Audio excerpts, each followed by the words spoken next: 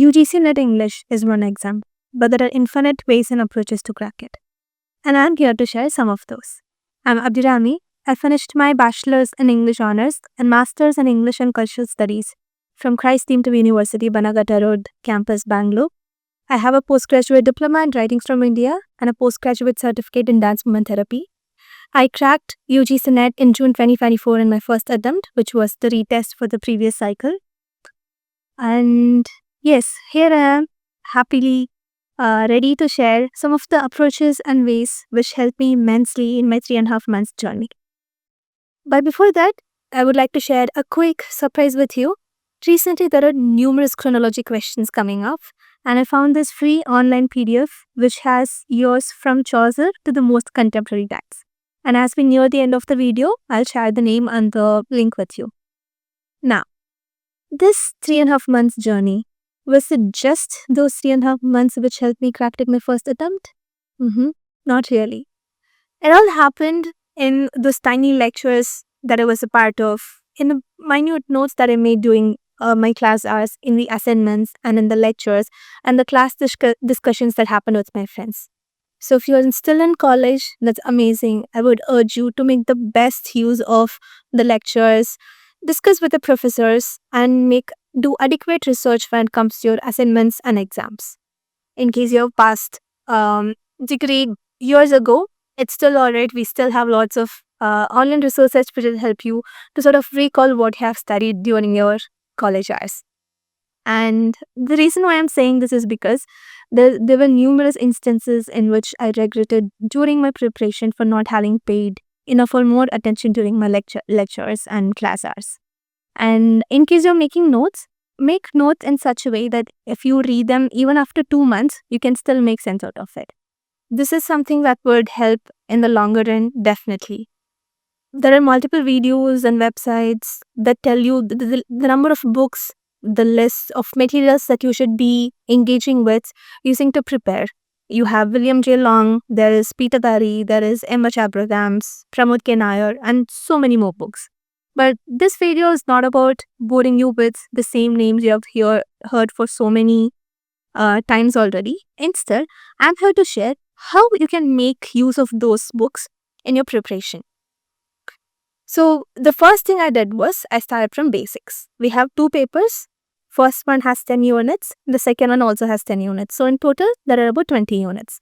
I created a Google Sheet with the list of all these units and also the subtopics, like I'm showing you here.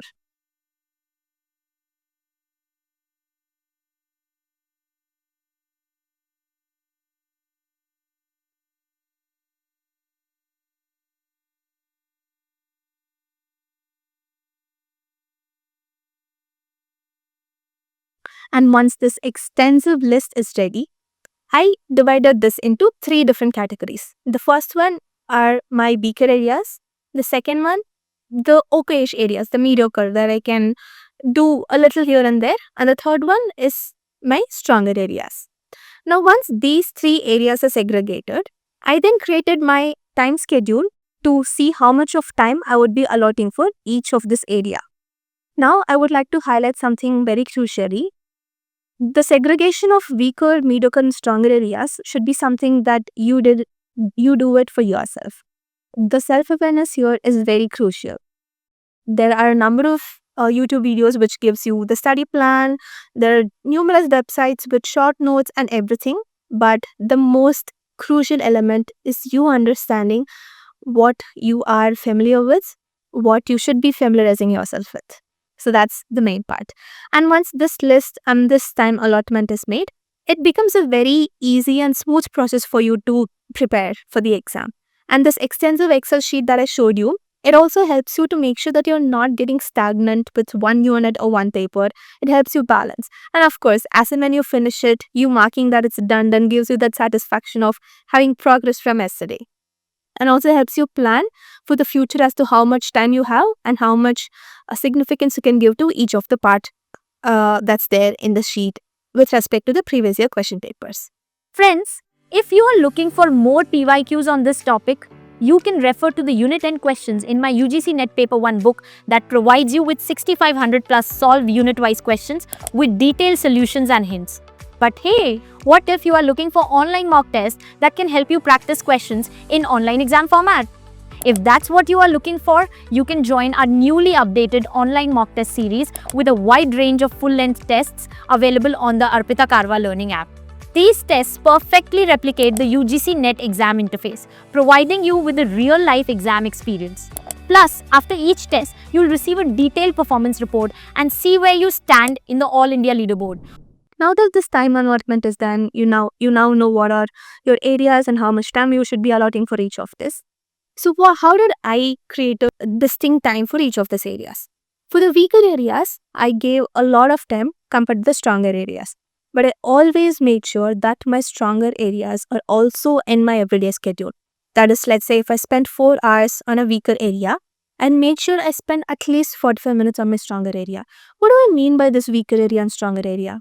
So in my core syllabus from my BA and MA, there was an extensive focus given to literary theory, literary criticism, and cultural studies. So more or less, my class notes and a few YouTube videos just to revise myself, and the mock test helped me immensely. But British literature was something that I needed more time to prepare myself, and by now you all know there's a huge chunk of dedication given to just Brit Lit in all these question papers. So this is what I mean by weaker area and stronger area, and accordingly also kept time for these things. Now within this particular timeline, I ensured to have some time to study or read newer topics, to revise the topics that I already am aware or familiar with, and most importantly, the mock papers. I would definitely recommend you to try one mock test at least a week. And by mock test, I mean take one entire previous year question paper and sit for 2.5 to 3 hours and finish both paper 1 and paper 2. Let's say we start with 2011 and the next week could be 2012, and eventually you have 2 shifts, so there are multiple papers for you to try with. But why am I asking you to do this? One thing is obviously it gives you the element of familiarizing yourself with the entire pattern. But more importantly, there are 2 things which I want you to notice. The first one is, after you finish your test, I want you to reevaluate yourself. That is to say, let's say you finished 150 questions, you mark the number of right and the wrong answers that you have answered by cross-checking with the answer key. But why should it be you? Let's say I just finished my paper, and let's say out of the first 5 questions, 2 are correct, 3 are wrong. Because I just finished, I'm very clearly remembering what were the thought processes that were in my head, which helped me choose these 3 options for the 3 questions which were wrong. Because I'm immediately evaluating it myself, I understand whether I chose it wrong because it's a new topic, something that I don't even know, or is it because of lack of revision, or is it because I have known but I was confused with a different author or confused myself with a different time period. So because I know what were the 3 reasons that made me choose the wrong answers, the next time when I'm reading or revising, I'll be very careful to not repeat the same mistake. Now the second reason, which is very crucial, is once you have completed 4 to 5 mock papers, you will eventually start finding a pattern as to how UGC asks questions. And let's say you're 2 months into your preparation, you have cleared, let's say, 7 to 8 mock test papers. Now, that pattern of how UGC asks you a question is more familiar for you. So now that you understand how UGC asks question, when you're preparing or when you're revising, you make notes or take notes in such a way, keeping in mind of how you would approach these questions that you're in the exam hall. So these 2 are the why reasons why I urge you to take at least one mock test a week, and also to evaluate it yourself. And this also helps you understand what are your weaker areas once you start preparing. For example, you could do amazing when it comes to British drama, but there could be a few weaker points in British poetry. And under that, you might be very familiar with certain British poets. For example, Romantic Age could be something that's so easy for you, but Victorian Age might be confusing you a little bit here and there. So this mock test will help you to analyze within your weaker areas and within your stronger areas, what are further your stand when it comes to certain topics and certain dynamics in which the way the question is asked. Now after this, you have your base ready. You have this exhaustive list of all the subtopics that would be there, under which you have your weaker and stronger and mediocre areas, and you're also doing mock tests every time to sort of analyze the progress that you have been doing. All this sounds very doable, especially you being able to predict what UGC might ask is something so cool. But how can it be something that we can approach practically? Is it possible? Is it that easy? Let's have a look at this question from one of the previous year question papers. What a mockery this, of history, the past, and that to come. Now, do I feel how all men are deceived? Reading of nations and their in faith given to vanity and emptiness? The prelude. The above extract is from Book 9, Residence in France, Book 7, Residence in London, Book 3, Residence in Cambridge, Book 4, Summer Vacations. The second we saw prelude, we know it's from Wordsworth. And Wordsworth is a poet whom we have been reading since school days and of course in college or university days. But look at these phrases. It almost looks like you have to put months or years of reading and reading all of these books under the prelude, and not just for this one person but multiple other authors and the poets that we would be dealing with doing a preparation. Is it humanly possible? Not really, considering the time span and the approach we have to the syllabus and the examination. But is it what really UGC NET wants? Not really. Let's look a little bit closer. They're seeing if we have the comprehensive knowledge. When dealing with or studying an author or a philosopher or a poet, it's not just the works. They want us to know the subject position of the author or the person that we're dealing with, the socio-cultural background, the monarchs or the government that was ruling back then, what was the opposition, and also what was the historical events or the socio-cultural aspects that happened during that time. Wordsworth and the other romantics were in the favor of the French Revolution's principles of liberty, fraternity, and equality. Wordsworth, in fact, was in France when he was looking at these revolutions and all the processes and the movements that were happening. He was witnessing it in first-handedly.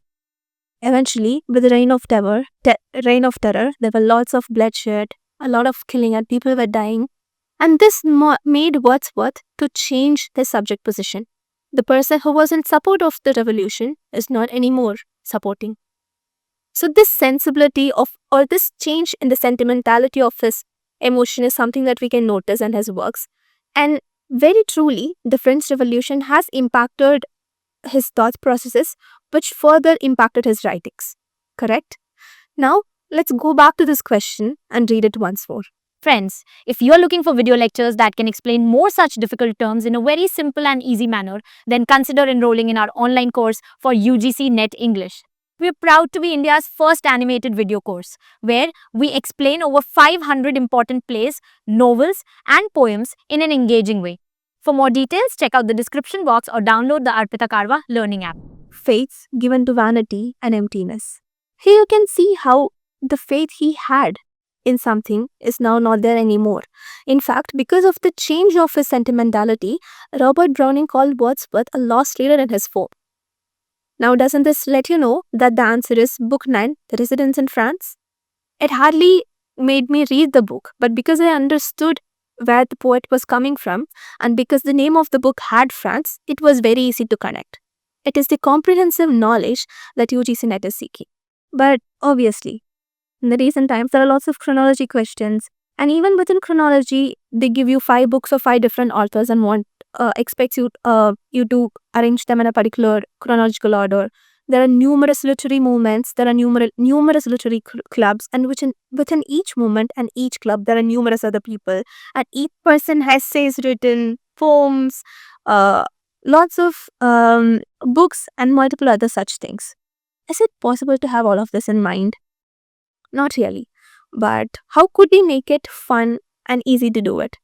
We can of course take help of keeping hilarious, funny, lame, and even cringe clues. This is something I would say. This preparation of UGC NET, make it fun, make it yours.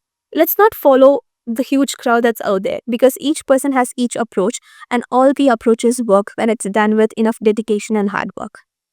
Now, this aspect of making it yours and making it fun, see what helps you to keep all these things in your mind. So this was something I did.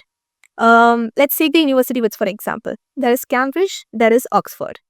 And within the Oxford, we have George Peele, John Dewey, and Thomas Lodge. For a very long time, I easily get confused between the Cambridge wits and the Cambridge and the Oxford of the university wits. That's when my friend came up with this funny phrase which goes as George peeled a lily in a lodge. So this phrase has the names of all the three people and it's quite easy to remember. And I'll never forget. Isn't it? It may be funny, it may be lame, it could be cringe, but as far as it works, that is all that matters. Now let's go to level 2. Here we have an Indian author, Bhabani Bhattacharya. He was born in the year 1906. And here are his works. So Many Hunger, 1947. Music for Mohini, 1952. He Who Rides a Tiger, 1954. A Goddess Named God, 1960. Shadow from Ladakh, 1966. And A Dream in Hawaii, 1978. He's one of the important authors and there are already a few questions that are asked in the previous years. Now, how can one possibly remember these names and also in the chronological order so it's easier? This is a clue that I would be suggesting. So I took the first half of his first name, just Baba, to help me relate with this clue. Baba was so hungry, he prayed to Mohini. Mohini came in a tiger, so people call her goddess. But all she wanted to do was chill in Ladakh and Hawaii. It absolutely does not make any logical sense. But this phrase has the keywords of all the books that he has written. And because the clue begins with his name, I can easily connect the works with the author. Now, the logic is not there, but because it has some element of humor, it helps me remember. Now, let me introduce you to one of the foremost African writers and to his books, Ben Okri. And these are his 4 works. Let me know what kind of funny clue or a funny phrase that you would come up with in the comment section to help yourself remember these 4 works of Ben Okri. So yes, like I said, there are numerous ways and approaches to prepare for this one exam and these 2 are the main ways which helped me finish a vast amount of subject in 3.5 months and also be able to clear it in my first attempt.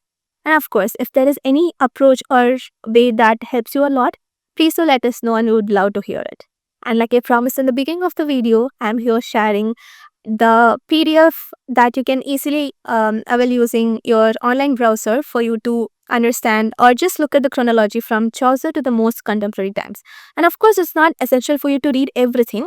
Like I said, if you are through with 2 months of mock test, you would know what could be those very crucial years that you would want to remember. And of course, it's not just remembering. You can always take help from these funny clues to remember very effortlessly. And trust me, the aspect of having that comprehensive knowledge will go beyond you cracking GRF.